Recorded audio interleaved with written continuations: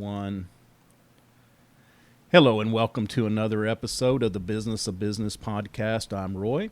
We are the podcast that we bring you a wide range of guests from a lot of disciplines that have to do with the running of businesses. We typically speak to solopreneurs, entrepreneurs, and small business people. So we want to give them some things to think about, and we also want to give them some resources to reach out to help them be more successful in their journey.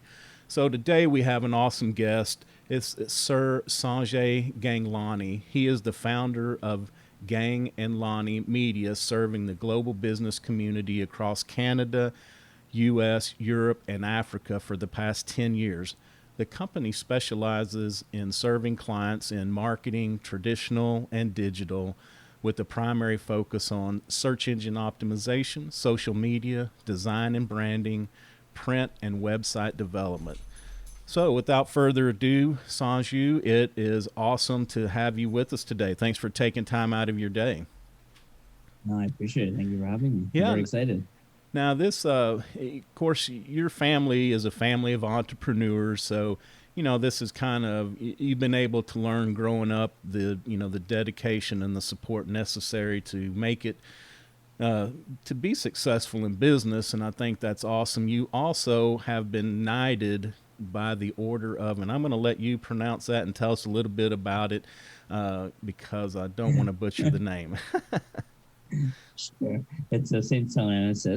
It's an order out of Poland, actually. So technically I'm a Polish knight, which is kind of funny. Oh. And it was basically awarded to me last year, actually almost exactly a year ago, for the work that we do in the community. So we do a lot of work with women entrepreneurs and people, students that are looking for scholarships or help to kind of get to the next level. Okay. So we kind of work a lot with them, and that work was fortunately recognized in the community. And I was knighted last year for that. Well, that's cool. Awesome. Congratulations. I don't know that we've ever had somebody who's been knighted on the show, so that's a first for us. Well, you cover a lot of ground, and so I thought we would take this opportunity just to kind of, we're not going to have time to delve into all these subjects. I mean, we could spend hours and hours on each one of these topics, but let's just kind of take it from the point of view that we got a new entrepreneur out there starting his own business, or maybe there's somebody in business that wants to redevelop their web presence. So let's kind of just start at the beginning with, the website development. So it's kind of funny because it's, digital marketing is one of those things where it's not just one thing. It's not just websites. It's not just social or SEO. It's sort of this whole ecosystem that works together with the foundation. So the analogy I usually use is, that of a young lady getting ready to go out on a Saturday night. So, if you visualize it, sort of the first thing that they go out and do is, they're at home, they put on their foundation, and we kind of refer the foundation of their makeup to a website. So the first thing and the most important thing that everyone looks at nowadays, it's no longer your business card, it's really your website. Right. So when they're looking you up, whether you're running an ad campaign or whether they just got your business card or spoke to you, they go to your website, and that's sort of what kind of judges you. Yep. Or gives you that clout that you need, right? Yeah. So to me, that is by far the biggest and most important investment that you need to make. But the key with the websites that we find with new entrepreneurs, or in honestly with people who've been around for a while, is a lot of us look at the website as what we would like to see. Exactly. Right. So we have this disconnect where it's sort of, some of us, like myself, I'm always a lot more creative. So I want that sexy, creative, artistic website. Right. Versus you got the guy who's like, dude, I came here to find out what you do and I need to get in and out in 1 minute or less. Right, so, right. Helping new entrepreneurs understand that, the site may not look or feel or represent your personality, but it needs to reflect the people you're trying to target. And I think that's a big gap that people find. Yeah. In this ecosystem is that when they go into it, they build this beautiful website, and God bless them. But when it comes to convert or get people on the website to use it, they find that it's not quite what they wanted, or the quality of what they're bringing to the website in terms of leads isn't who they're really targeting. Right. So, the time that goes into a website, and you have anyone that'll tell you, hey, I'll do it in 48 hours, to guys who say this, so it's like 4 to 6 months. But there's value in both scenarios, right? Websites has become so diverse that's no longer going in and building a one-page website and saying, all right, I'm good for 10 years. Right. It's looking at now, am I an e-commerce site? Am I a small business? Am I a consultant? Am I a restaurant? And kind of that expands or contracts the depth of your website, right? Or what you're going to do with it. And then, some of the larger organizations or someone who's trying to build something more long-term sustainable, you want to go through the whole design process, right? Actually creating the mock-ups, making sure that things are placed properly, that you do the testing before you even start development. Right. Versus, a lot of the new startups or a lot of, guys out there who are, running a restaurant or starting out a new bakery or looking at a new real estate brokerage or whatever it is, just need something to kind of get up there and get the messaging out there. Right. So it's understanding where to put your money and how to kind of put your time. Yeah. But it's also understanding that there's value to making sure that foundation is laid properly. Yeah, and I think it also kind of adds a little bit air of legitimacy nowadays. Not that somebody can't fabricate a false website, but if you give somebody a business card without a website, people really question that. And I think it's a good research tool because, and we'll say with the higher dollar as we walk up the, the service or products that are going to cost more, I want to do some research to make sure who I'm dealing with, because unfortunately in this day and time, it's easy to give somebody a credit card number, write them a check, and then never see them again. So, and again, the website, I know is not going to solve all of those issues, but I think it gives us as consumers a place to go learn more about it. Who we may be hiring. 100%, right? It represents you at the end of the day, and it's unfortunate that a lot of people don't understand the value of that, right? The other thing that people don't understand is, when they're building websites today, a lot of our clients are people that come to us. They're like, well, I just need a website up, and they're looking at 3 to 6 months out. Versus where we really need to start thinking is, how is this going to evolve in a year, 3 years, 5 years? Because you don't want to rip out those guts and make that investment again every time, right? Yeah, right. You want to build something that's going to grow with you or give you that ability to completely customize it to whatever extent you need it to, right? And it's tough, right? Because a lot of people, again, it's not. And you don't understand it. Just like yesterday, I had a plumber come to my house and he looked at my stuff. He's like, well, "Who did this? I'm a child." And I'm like, well, "How am I supposed to know this?" Right? So I get it, right? Yeah. Right. Yeah. Yeah. No, I get that. Sometimes people look on the back end and go, "Woo, what happened here?" But websites have evolved, and we'll talk a little bit about that. I've had guests, the last few guests I've had make me feel like I'm an ancient dinosaur age, because back when websites started, a web page was text, and it was basically you just regurgitated everything you could think about yourself, your business, your product, your service on one page, and that page may be what we'd call like a standard 10, 12 screen links of just scrolling through text. And so as things have evolved and as technology definitely has evolved, we've gone more to picture based and pictures, videos, but more visual based than what back in the day. So talk a little bit about the integration of pictures and also the depth. I don't know. The easiest way to say is the depth of a website versus the link. So instead of having everything, just all lined out on one page where people have to scroll, because I think it's we only have a few seconds to capture their attention, and so I'll let you talk to that, and then I'll jump in. I've got just a few things that observations that I've picked up. But what's kind of fun is you just describing those websites. That's when I started developing websites. So it was Angel Fire, GeoCities, and it was all animated GIFs everywhere. It's like, right. And the more cheesier you can make it look, apparently that's the more effective it was, right? Right, so exactly. It's funny because those are the days when I used to literally open up Notepad and just code right off the top of my head. Yeah. But you're right, it's evolved like crazy, right? And it's finding that solution, that platform that works for you is become more of a challenge. Right. A lot of things that we need to start focusing on, or why I talk about the ecosystem is, again, because you can build that website and you can stick it all on one page, and you can still do that, no problem at all. But if you're looking to build something that's going to generate leads, or that's going to attract that right type of client, that's when you need to start talking about the SEO side of it and talk about the lead gen side of it, right. And making sure that strategy is fitting into this website that you're building. So little things like, making sure you have at least 500 words of content on every page, right? From a SEO perspective. Right. Making sure that your copy is legitimately your copy, right? You didn't pull it off some site in Brazil. I'm going to stop you right there, because that's an important part that that's, it's been a change the last few years, but I'm not sure people really understand that. Is my understanding is that Google will not index anything under the 500 words that you speak of. So what you're saying basically is we need 500 words on a page in order to get Google to read it and index it where people can find it. At least. Yes.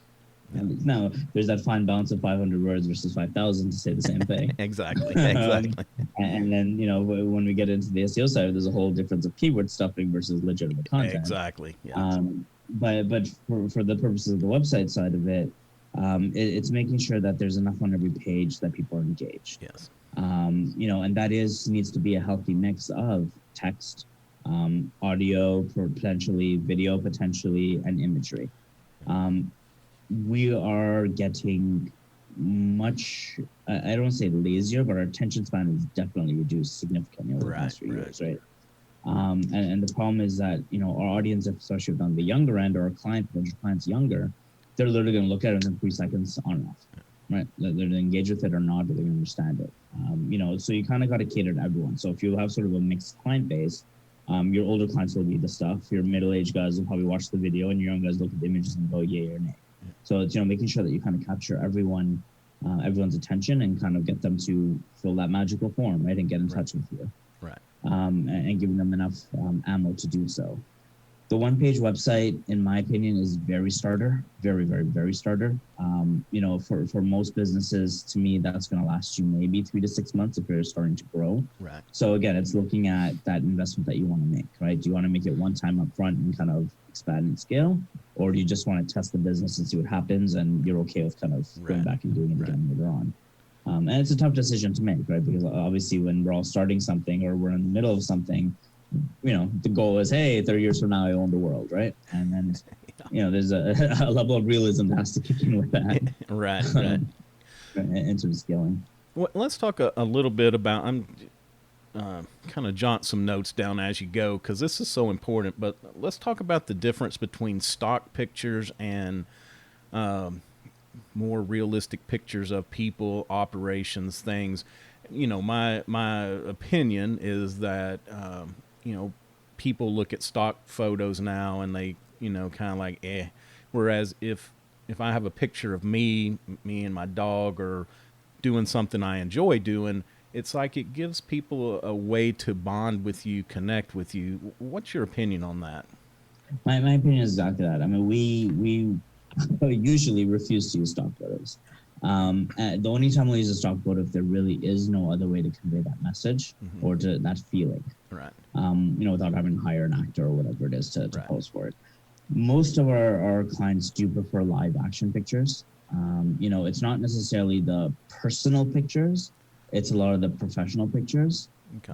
We'd keep those personal pictures for their, about me page, let's say, or their social media. Right. But from an overall website standpoint, let's say they're a dentist, for example, pictures of the practice, pictures of the hygienist, if you're happy patients that are actually patients, and leveraging those assets to convey the messaging that they want. Yeah, and their equipment inside of their office, and that's, those things that are...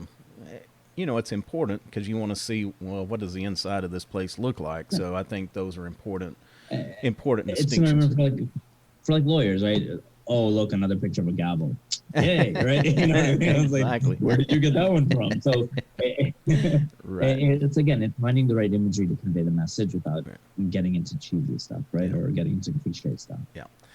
So let's talk about the length versus the depth, because that again I feel like is a change. And what I try to do is, instead of having everything run from the top to the bottom and basically utilizing just one home page, it's what I've been told and what I kind of feel now is that we have that page that comes up that it's really awesome if it fits right in the screen, but then we give people options to go deeper depending upon what they're looking for. And you mentioned about you. Maybe you want to find out, where did the dentist go to school? Maybe, there's other topics, that services, things like that, where they can click on whatever they're interested in and go deeper into a website, and not just, have something that's just flat and more linear. So it's really multi-purpose. You kind of have to have both, and I'll explain. Okay. You need to have the short depth for the guys who land up on your website, and like you said, just really quickly want to get to know who you are, click a form and get in touch with you. Right. But you kind of have to have the depth from an SEO perspective, because when you're running campaigns and you're running, let's say, again, let's go back to dentistry, for example, you're on an implant campaign. You want them to end up on the implant page that has details about what it is. You don't want them to end up on the services page that's just a high-level overview. So you kind of have to mix both. And again, this will vary industry to industry, but majority of them, it pretty much need to have both, right? Because if I land up on your site because, Roy referred me to a dentist XYZ, I'm just going to look around and see if I'm comfortable with the guy, right? But if I go through social media or Google and I'm looking for an implant, for example, I'm going to click and I want to learn about implants or what you think about implants and see if I align. Right. Yeah. And I think that's more... maybe I misspoke. That's kind of more what I was talking about. But the front page kind of captures your attention, gives you the choices, and then once you click on it and get deeper, then that's where you have the 500 word or more explanation, in-depth explanation about services, the about you, different things like that. It just also it keeps people from having to search, because in my opinion, when you have a long front page, I'm trying to search for this information, where if it's concise, even the visuals that, you have the block that says services or whatever, it's just, and I'm guilty of losing all the patience that I used to have. And, I want it quick. I just want to click it a few times. I don't want to have to scroll, because, the longer I have to scroll and look for something, I become very unengaged, and I'll just move on to something where I can find it easier. Well, I mean, you got to think this way. By the time they reach your page, potentially they're already so desensitized to the topic that they're not gonna read anything. Right. I've always kind of said that a good website, no one really goes to the homepage. Right? Because it's not really necessary. But if you're going to focus your efforts on the homepage, then above the fold of the browser, the window that they're using, you should highlight your top 2 or 3 things that they're going to be looking for. Right? So if it's a lawyer, let's say it's family law, litigation, and collections, or whatever it is that they specialize in. Right? So those top 3 are right there, and then go right into it. They don't need to keep going if they don't want to. So let's back up just one step. Something that just came to mind was the domain name. So what is the science and the art behind, let's choose a good domain name? And it's gotten tougher. I'll tell you, there's so many websites out there. There's so many brokers that buy these things up hoping to capitalize on them. So, what is the thought behind choosing a good one? So okay, so this is a weird one for me because of the way I structured my stuff. So my primary domain is askusforanything.com. Okay. And the thought process behind that was, because we were a marketing agency, we could literally go out and source anything and find things. I mean, we've done stuff from weddings to conventions to things that, you normally wouldn't be able to do. But the way we shifted after a few years was we have our primary domain, which is gnlmedia.com, which refers back to that page. So the science of a domain name. Number one, there's a branding aspect. So as close as you can get to your brand, get it. And then there's the vanity lead gen aspect.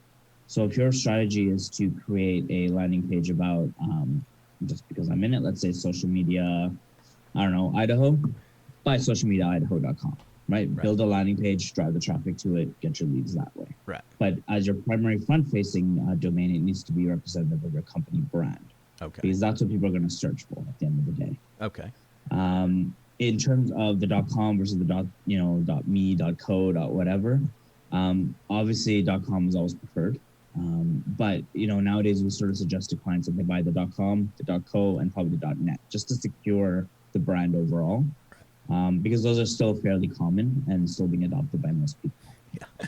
I had a guy that I was talking to a few months ago that he had a .co, and in all of his emails he always preferenced. No, I did not leave the M off of that. That's a .co, .co. so right. Yeah, and what about going across all of our social media channels to make sure if we're selecting a name, kind of not my personal name, but just a made up company name, to go through all the social media channels to make sure that the same format or the same way you lay it out is available in all of those. That's getting really tough nowadays. It's actually crazy how hard that is. It's almost harder than domains nowadays. Right. So there's two ways of thinking of it. One is you make sure your primary ones are the same. So your Facebooks and your Instagrams are exactly the same. And your Twitters, I guess, mostly. Those three are the same. And everything else is what it is. You kind of work with some variation of it. Okay. Or like a domain, you find something that's sort of neutral but still speaks to, like, it's Sanju to, it's Sanju, or it's Roy, or Roy official, or whatever it is. Right. And find something that works across all the mediums across that way. Okay. But it is getting way tougher. So usually, again, when TikTok came out, the first thing we told people is just, you're not going to use it, doesn't matter, secure the name. Right. Go get your username, secure it, right? Because you never know what happens in a few years, right? Yeah. I'm glad you brought that up because I just wrote that down. TikTok. So I don't want to get all too far off on that. But for us people that have been around for a while, we'll put it nicely like that. TikTok used to be for dancing teenagers, but from what I'm hearing now, a lot more mainstream businesses are using it to, show processes, procedures, whatever. But I think they're like a minute clip, or maybe you can tell us a little bit more about that. So TikTok's been interesting. Like you said, started off more as a teenage, something for my kid to do kind of thing. Yeah. Then as, they started developing an influencer community and developing more of a base of people that were able to sell product, it started picking up steam, right? And then obviously the good or bad PR, however you want to think of it, that came out across the States, just kind of propelled and pushed that forward, the interest in it forward. TikTok is great for I don't want to pigeonhole it, but I'd say the younger businesses. Okay. Or the guys who have a social media team that can create the content, because it's very difficult to create content that's engaging with TikTok, right? Like you really got to go off brand sometimes to create something fun. Okay. But usually what we'd say is, create the TikTok video, but, use that in your marketing efforts on your Instagram, on your Facebook, on things like that. Create ads to advertise, get in front of influencers there if you're, let's say, a clothing company, and leverage that side of it, right? So again, depending on the industry, it's really going to vary, the usefulness of it. Like, as a lawyer, what are you going to do, right? I'm the dancing lawyer. Like, I don't know, right? Right, exactly. So for that kind of stuff, there's much less room to do things. Yeah. But if you can leverage it for advertising, hey, you never know, right? Yeah. Yeah, and if you make a product, I think that was somebody was telling me that it's like a glass blower, maybe something like that. That he did a little clip about actually how he did the process. So, but I think the next part of that is, even if you can create content on there, on social media, we have to be careful about where our clients live, because I'm just thinking most of my clients probably not on TikTok. So, while there may be a couple, would it really be worth my time and energy to create something to be on and I don't see it same for us. I think we've posted maybe 5 videos today, maybe. But the main strategy is to secure the brand. Yeah. Right? And see what happens. So as long as you secure the brand, tuck it away in the closet, and if it applies to you one day, awesome, you got it. If not, at least you're clean. Yeah. So we'll kind of move on. So now we've got our cool website built, and now what we really need is people to put eyes on it. Search engine optimization, SEO, that's kind of the wizard behind the curtain that we talk about it, we know, but well, we talk about we know what it is, but do we really know how to do that? So let's talk about some SEO tips. I know that you mentioned keyword stuffing. That's a no-no nowadays. And but Thank you, anyway, Zach. yeah, go ahead and tell us. So now that we've got our cool website set up, what are some things that we want to do to make sure that we are, optimizing it where people can find us or will find us? So there's a few different kinds of SEO, right? There's the technical SEO, which is things in your website itself, your header tags or alt images, like whatever technically on your website that has to be optimized, working through those processes. So that's one part of it. Okay. The second part of it is what's called on-page SEO, which is what we've kind of been talking about a little bit, which is the content on your website. Making sure that, let's say you're looking to attract, you're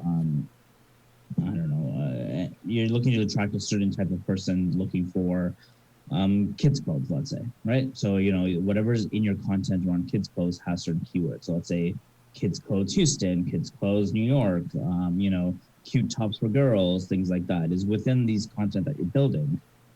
So that when we do put that onto the search engines and push it out there, it signals to Google saying, hey, these guys are actually talking about this topic. Okay. And I'm very simplifying this quite a bit, just high level wise. And then the third part is what's called off-page SEO. Off-page SEO is you reaching out to other websites with high domain authorities and saying, hey, can we post some content for you? Or can you post some content for us? Or what can we do to work together to kind of leverage our networks together? Okay. It's also leveraging things like Reddit's, Quora's, going in, responding to things. If you can get access to Wikipedia, I mean, God bless, then, doing something on Wikipedia. Right.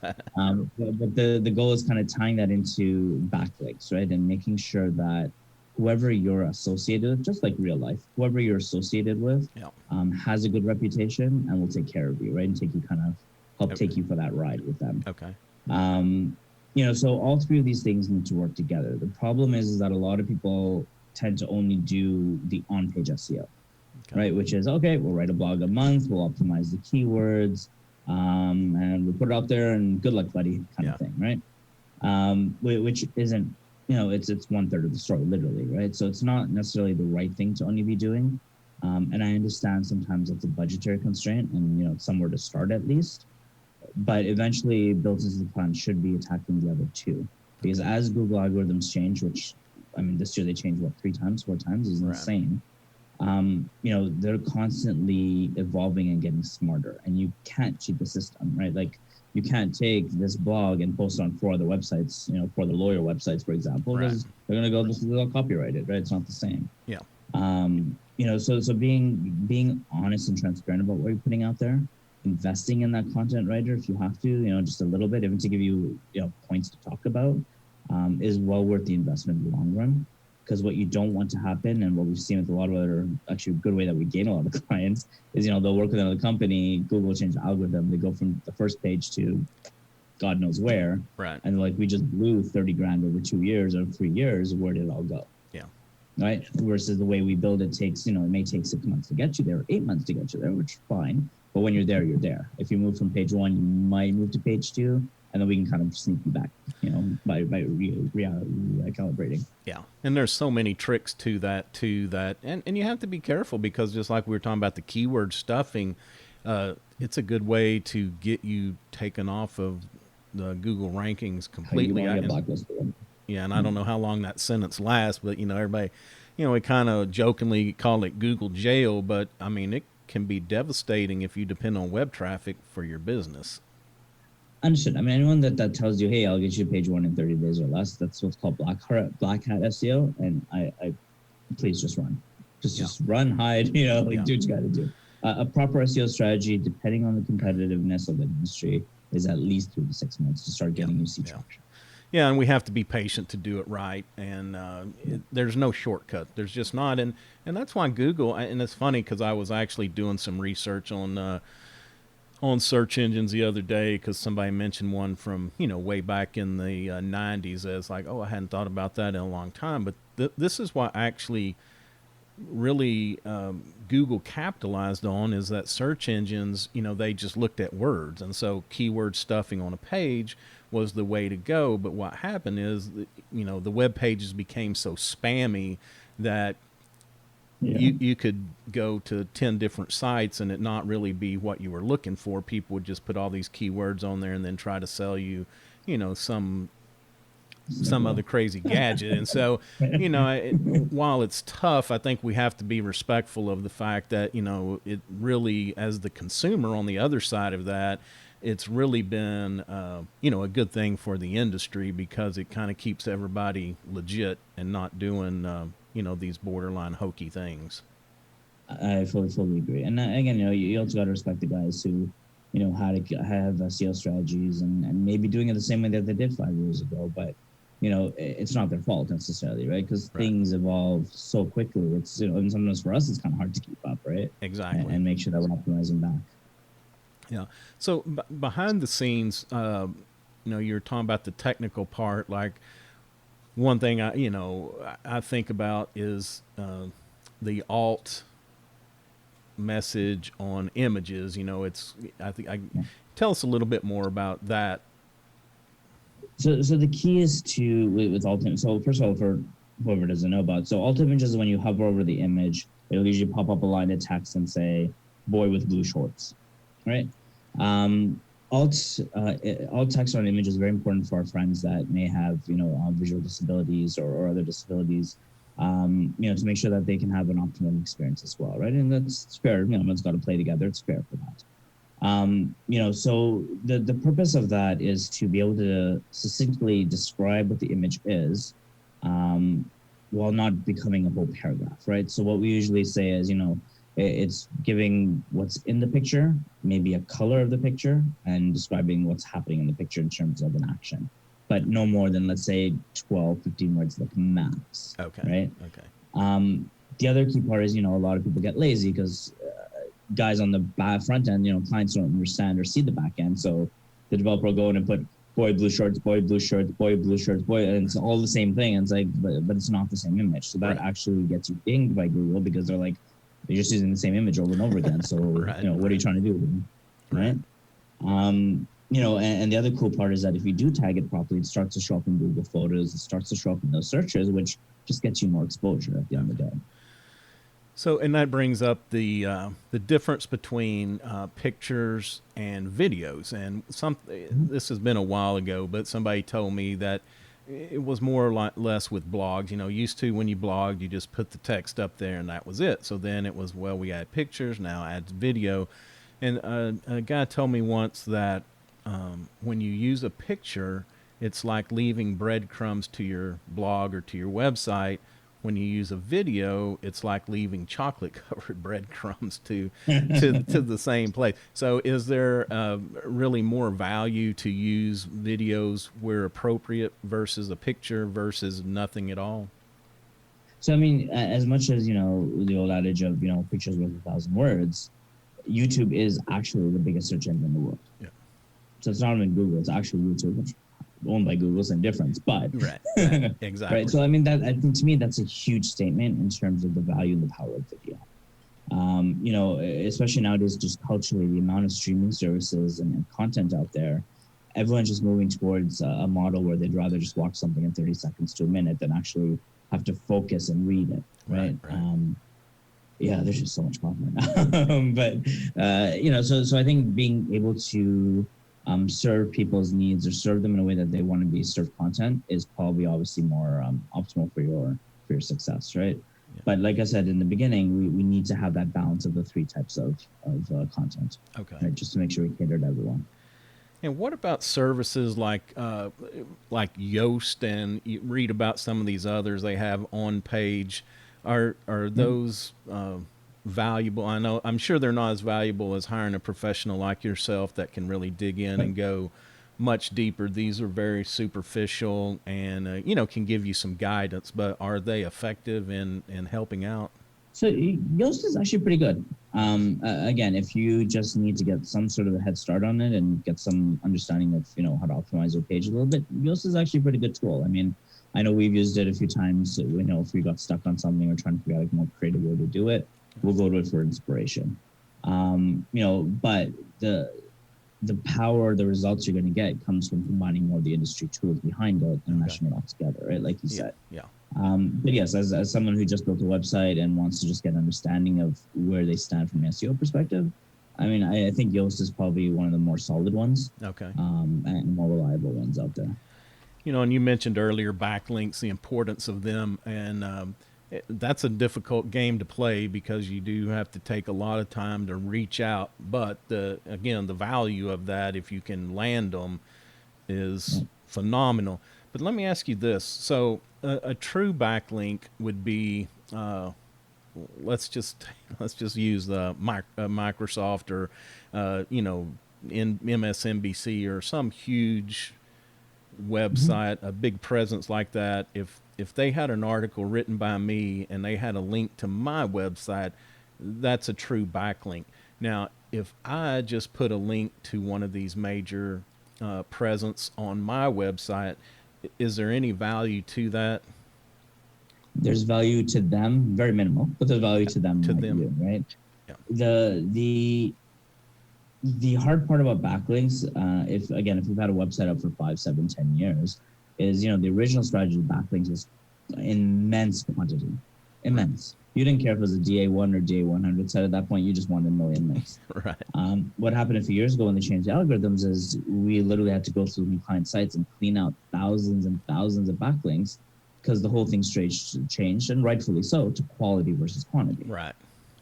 So, I'd say looking at backlinks, I don't think it's the primary of your strategy. It's one of those things that supplements and helps it move. Yeah. But if you're going to do it and you're going to invest in it, make sure it is in quality. And it's, again, with pages or brands or blogs or whatever it is that you want to be associated with. Yeah, and it begs to mention this right now. We'll talk about, because we're not going to get deep into social media, but with social media, there's a difference between actual quality likes and in engagement versus just vanity likes and vanity engagements. And so with backlinks, it's the same thing. There are a lot of people out there that'll tell you they'll get you these backlinks, for $5 a backlink or 10 or 50 or whatever. But again, they have what I call a backlink farm, where they just have some old website that they're putting all these backlinks to you. Again, Google has wisened up to this, and there are penalties if you do that too much. They do. And what's interesting too is there's a lot of, and not to knock anyone, but there's a lot of digital agencies that build the websites and build their own farms that way. Right. So they'll leverage your website and get a ranking on SEO, but only because they're leveraging the other 50 sites that they're working on or have up and running, right? So as soon as you leave their ecosystem, it was a complete waste of your time. Right. So it's kind of dirty, but I guess it is what it is. Right. Yeah, and again, it comes to be quality over quantity. One, in what I think you called it a DA, is that like a domain authority? There are different levels where the Google, the Microsoft, the NBC, they're way up there, and then the rest of us are somewhere way down below that. But what's funny about that? You even get dinged for that. If you're a small company and you suddenly show up with the DA90 site, Google's looking at you going, "How did you do that?"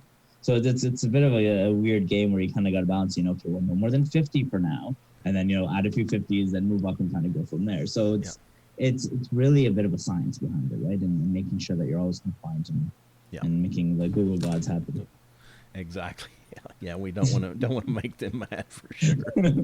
Yeah, because I was looking at I have a little stat tracker that I looked up the other day, and I think Google's still at 95%, 92, 95, somewhere crazy of all the search traffic in the world right now. So you definitely have to play by their rules, and it's constantly changing. They're always upgrading and doing so. You need to find somebody that can stay on top of that. 100%. Yeah. Well, again, we appreciate you taking time out of your day. So I want to ask you, what is a tool that you use in your world? It can be professional, it can be personal, and it, not just a tool, but it could be a habit or some kind of a ritual, something that you do every day that you just can't do without. I rely heavily on, and I know it's not quite a ritual or a tool, but my team. I Okay. got to say that. Yeah. I think, knowing that the team that we have behind us, knowing that, the brain power that we have behind us and the passion that they all have for the clients and for what they do, that's what really is my kind of ritual. Waking up in the morning going, all right, we have really good people who love what they do and we just want to take over the world. And I think having that motivation and having that mutual respect between all of us is really what kind of keeps things moving and driving and keeps us aspiring to do more and more. Yeah. All right. Well, that's all. No, that's a good answer because it does gives us that peace of mind when we open the door Yeah, every day we've that all we've been got. there, Yeah, right? we've got a good team behind us instead of worrying about is anybody going to show up or what things may happen during the day. So no, No, that's I get perfect. to No. keep my hair. Everyone's good, Exactly. right? All right. Well, if you don't mind, before we go, tell everybody who is your client, what can you do for them, and then, of course, how that they can reach out and get a hold of you. So our client is really anyone that wants to grow. So the way we operate is we don't specialize in any one industry or any one size of client. We work with people who are interested in going down a path with us, um, wherein they trust our process and let us help them grow. So we're very bespoke in that way, and we're very limited in that sense that we really come and become an extension of their business. So that's really what we're looking for. But we're always happy to provide advice, and we're always happy to work and talk to people and meet people. It's all part of the process of growing. Right. You can find us online at askusforanything.com or the number 4a.com. It's easier. Our Instagram's at GNL Media. And you can just look me up on LinkedIn, and I'd be happy to connect and have any conversations with people. All right, great. And we'll put all those in the show notes for you as well. Nice. All right, Sanju, thanks so much again. It's been an awesome, and what I really need to do is get, we'll set up a time for you to come back because, like I said, we could take hours upon hours to talk about each and every one of these subjects. We didn't even get social media or the branding, design and branding component. So we'll do that and get you back on soon. All right. Thank you. All I right. appreciate it very much. Thank you. You bet. All right. Well, that's going to be all for today. Of course, we are the Business of Business Podcast. You can find us at www.thebusinessofbusinesspodcast. Also, Facebook, Instagram, Twitter, and this video of this interview will be put up on YouTube as well. So, again, if you have any ideas that you would like us to address, please reach out to me at Roy at thebusinessofbusinesspodcast.com, and we'd be glad to, find subject matter experts to help you out. Until next time, take care of each other.